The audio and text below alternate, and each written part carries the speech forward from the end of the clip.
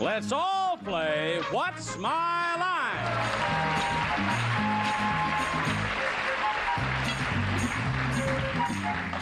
Well, hello, Arelen. How are you, Hello, dear? Gail. Hello. Hello, Arelen. Hello, Larry. Hello, Soupy. Hi, Larry. And hello, Mr. Daly, wherever you are.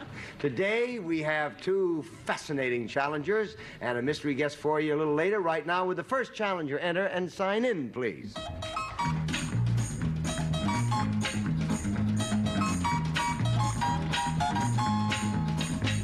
Kathy Sachs.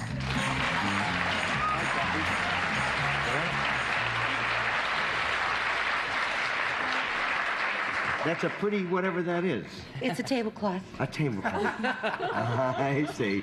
Okay, and where are you from, Kathy? Originally from Chicago. Originally from Chicago. Okay, panel. Kathy Sachs has a steady job as a nightclub showgirl. Several times each month, however, she moonlights as a lecturer to conventions, luncheon groups, and such. Now we'll show the audience the subject of her lectures.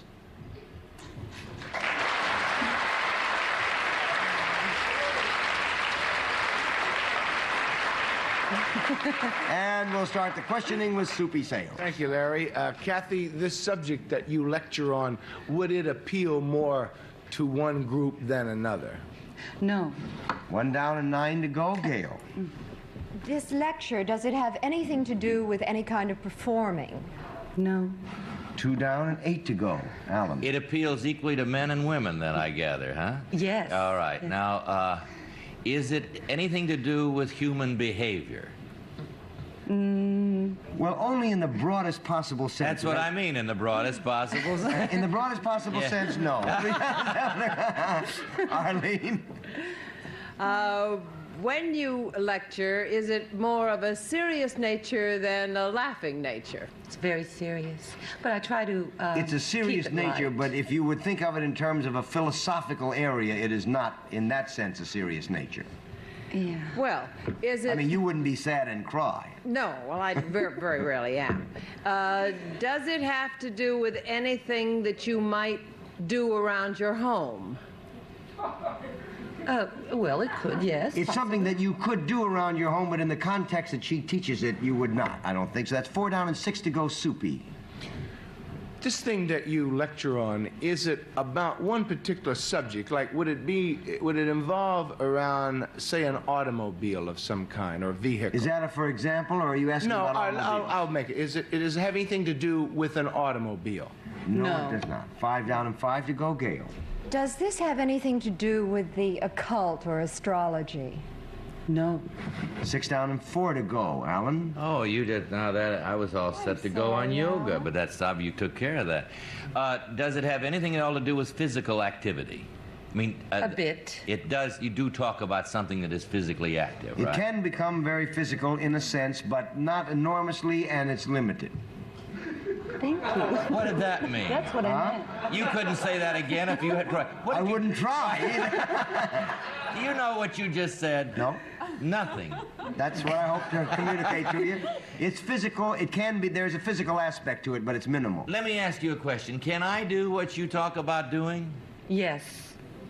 Do I do what you talk about doing? I don't know. How It's can I hard for her to answer that? yes or no. You've got to know me very well to know whether or not I do it. Better right? than she does, and we'll try to protect her from that. Is it a thing that Arlene does?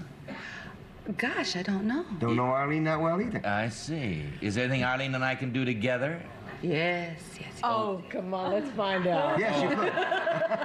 We could do it together. Yes. Yes. And yet it has nothing to do with physical behavior. Now, that's how I got around that. That's how I was getting around to sex. It Behavior. Okay. Does it have anything to do with sex? Only in the sense of substitution. That's 7 down and 3 to go. What does that We're not doing that together, whatever it is. Does it have anything to do, you said you ruled out philosophy, but could it have anything to do with a yoga type of thinking? Probably not, no. 8 down and 2 to go, Soupy. Is there, whatever you teach, is there any, when you teach, is there any physical contact made between the two people? No. What you do? No, did she touch them in any way? No, I mean, but, you know. 9 down and 1 to go. Gail? Does it have anything to do with food? No. Nothing to do with food. She teaches people to gamble.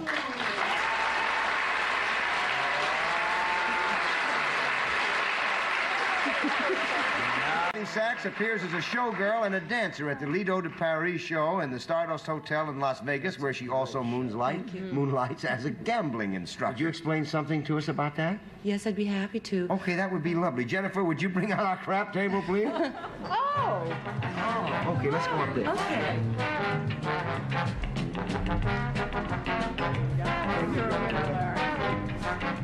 Now then, could you give us a simple explanation Yes, of craps, what it is and how it works? Craps is made by rolling the dice. You bet your money, and if a 7 or an 11 comes up, you win. If 2, 3, or 12 comes up, you lose. If you roll a number, you must make that number again before a 7 comes up and win. If a 7 comes up before you make your number, you lose. Now, it's really as simple as that. Well, now, it used to be as simple as that when I was, in the service and we were all off in the corner of the barracks, but it isn't that simple with this sort of thing. Now, for example, do I have to be rolling the dice in order to bet? No, you can bet when somebody else is rolling the dice. Everybody gets a chance to roll the dice. Okay, now what do I do if I want to bet with the person who's rolling the dice? You place your money right here along the pass line. Okay, now how about if I want to bet against him? Oh, What do I do? simple. Right here, where it says don't pass. Now, where I put the money there? Mm-hmm. Place Now, your money there. If I put the money there, what happens then? If you put the money on the don't pass bar, Yeah, or the pass line, and then he rolls, then what takes place? oh, okay, fine. You have actually a check here, a casino check, you know? And the guy rolls the dice, and depending on the number he rolls, you either win or lose. If he rolls a 7 or an 11, you're going to win on that bet. If he rolls a number, you can increase your bet by backing it up and taking odds. You have to Wait a minute. You say you back it up and take odds. Does anybody on the panel know what that is? Uh-huh. What is it? Arlene, I'm shocked. Because I don't know what it means. Back it up. You mean you take you do? You can add to put your more bet. money If on. you have a $5 chip on, you can then put another $5 chip on. If a man has an easy point, for instance, is that right? You think it's an easy point, and you Or, want it. yes, an easy point, but if it's a harder point, then you get better odds Yeah. on the harder points to make, so that But you know evens what out. kind of dumb player I am? I put them on both, pass and don't pass. And hope to break even. Yeah, I'd break even. What is this? These numbers here, this little panel. These are the numbers that you can actually buy if you want to, or say somebody rolls a 5, then the dealer will mark the 5 with something that looks like a hockey puck, and so that's up there and you know it, and you wait for that 5 to come up again. But you can actually have the dealer put money on all these numbers, and when they come in, provided that a 7 doesn't come in, you get paid on them plus odds. Now, what are the odds on these? Well, that's this 4 and this 10 pays. Do you know, panel? Even money? No. No. Sue? I don't know what that is. 3 to 1? 9 to 5. 9 to 5. 9 to 5. Yeah. And the 5 and the 9? It's 3 to 2? Or what? It's Well, here. that's in- 7 to 5. 7 to 5. Uh-huh. And the 6 and 8? Yeah. What's that? What do they pay? 6 to 8. 6. Huh? 7 to 6. 7 to 6. Now, what's all That's this? if you buy the numbers. What's this, Arlene? What are these? I never played the field.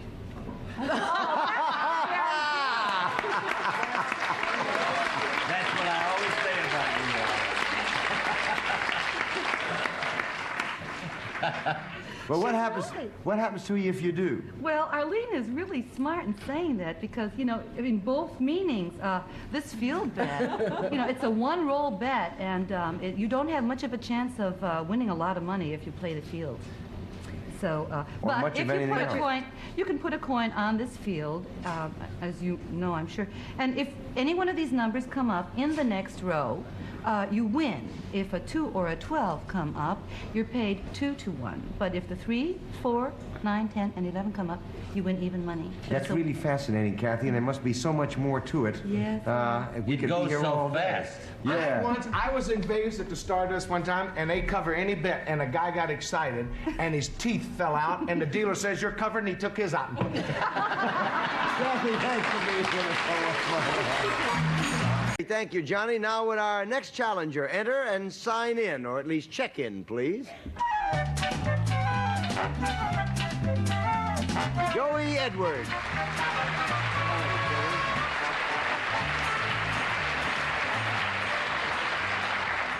Joey can write his own name, he wrote that, but the problem is that he is a very slow and meticulous writer. And it's very neat, and it took a long time to do, so he decided he'd rather do it that way. Where are you from, Joey? Arlington, Texas. Arlington, Texas. Panel Joey Edwards is 8 years old, and he is listed in the Guinness Book of Records as the youngest person in the world to hold down a job like his. Now we'll show the audience what his line is.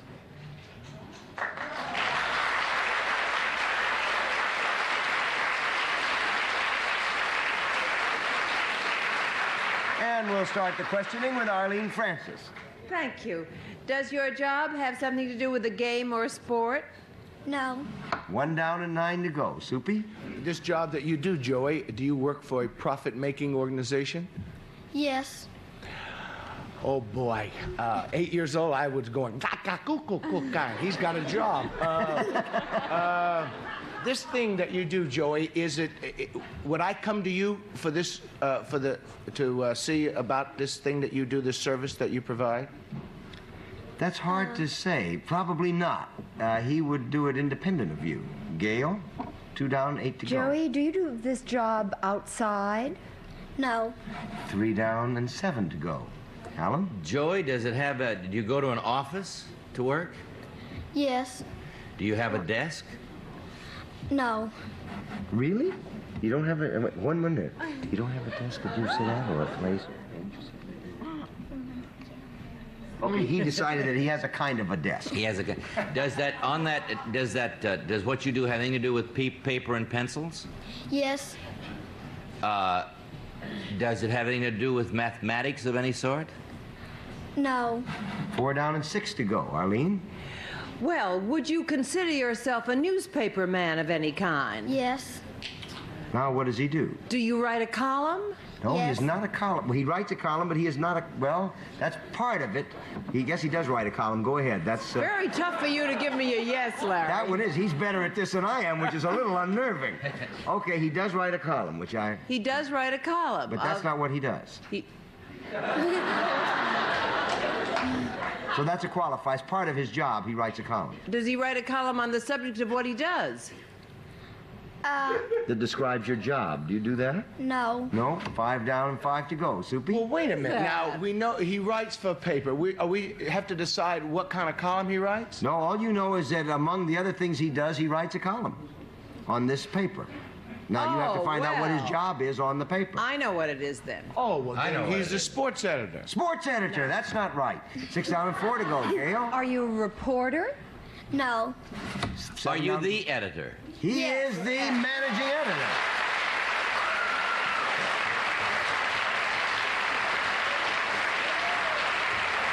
Joey, at 8 years old, is listed in the Guinness Book of Records as the world's youngest newspaper editor. He is managing editor of the Hoot Owl. And here's a copy of it, which likewise made Guinness as the world's fastest growing newspaper. What's the circulation, Joey? 426,000. What? 426. Now, the Times in New York only has a circulation of about 850,000. How is your circulation so big? Well, the Hoot Owl's an insert in 15 daily papers. I see. And how did you happen to get it into those 15 daily papers? Surely you don't have to sit there and slip it in. No, Mr. Edwards' father owns all those papers. no. No, did they help you to distribute them to the papers? Does it come out every day? Does it come out once a week? How often does a paper come out?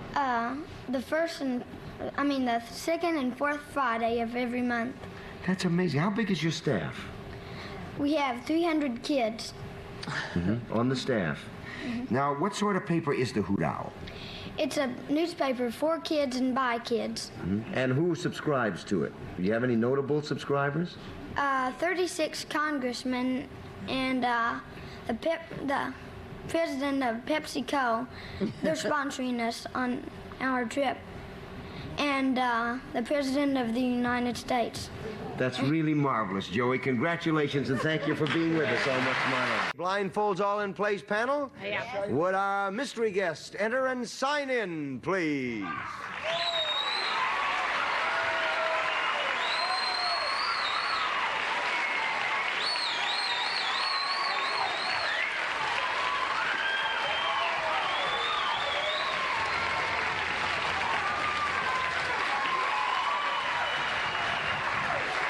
Okay, panel. One question at a time, and let's start with Gail. Thank you, Larry. Mystery guest, are there more than one of you? No, there's just one at the present time. There's one. One, he says. Alan? Are you best known for your work on television? Yes. Arlene? Are you, You may say best known for it, Alan, but not only known for it. then are you also known for your work in the theater? Yes, I am. Soupy? Are you in a show that is playing on Broadway at the moment? I am. Gail? Is that show a comedy? Yes, it is. Alan? Is it musical comedy? No, it's not. Arlene? Show playing on Broadway at the moment. And it's a comedy. Yep. And you are the star? Yep. Yes. I'll answer that one. Okay, so Soupy, I'm sorry. What? Sorry, what? Is it my turn? Yeah. Oh, that's why I'm so sorry. I didn't tell you. Would you be? Oh, would you be the brilliant Art Carney? He would.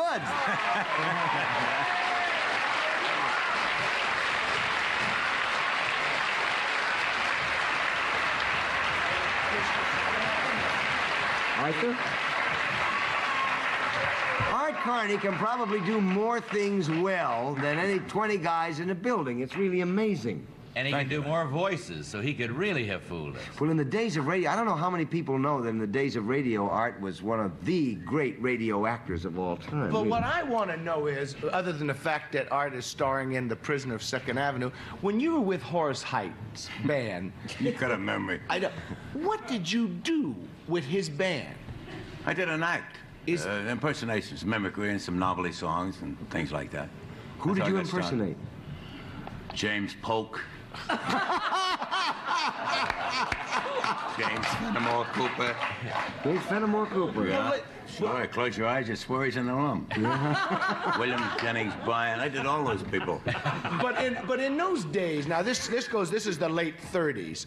Who did you imitate besides like Franklin Roosevelt and Elvis? That was the most spectacular. Yeah. Ned Sparks and Edward G. Robinson and Cagney, and all the ones that everybody did, you know, and the radio commentators, Gabriel Heater and Bo Carter. There's an old one. Oh, yeah.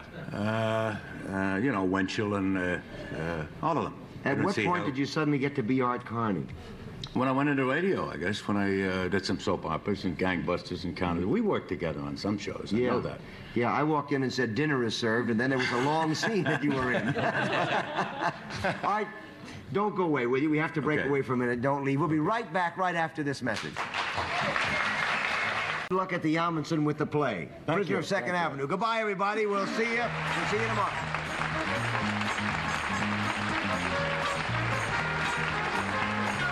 This is Johnny Olson speaking for What's My Line, a Mark Goodson, Bill Todman production.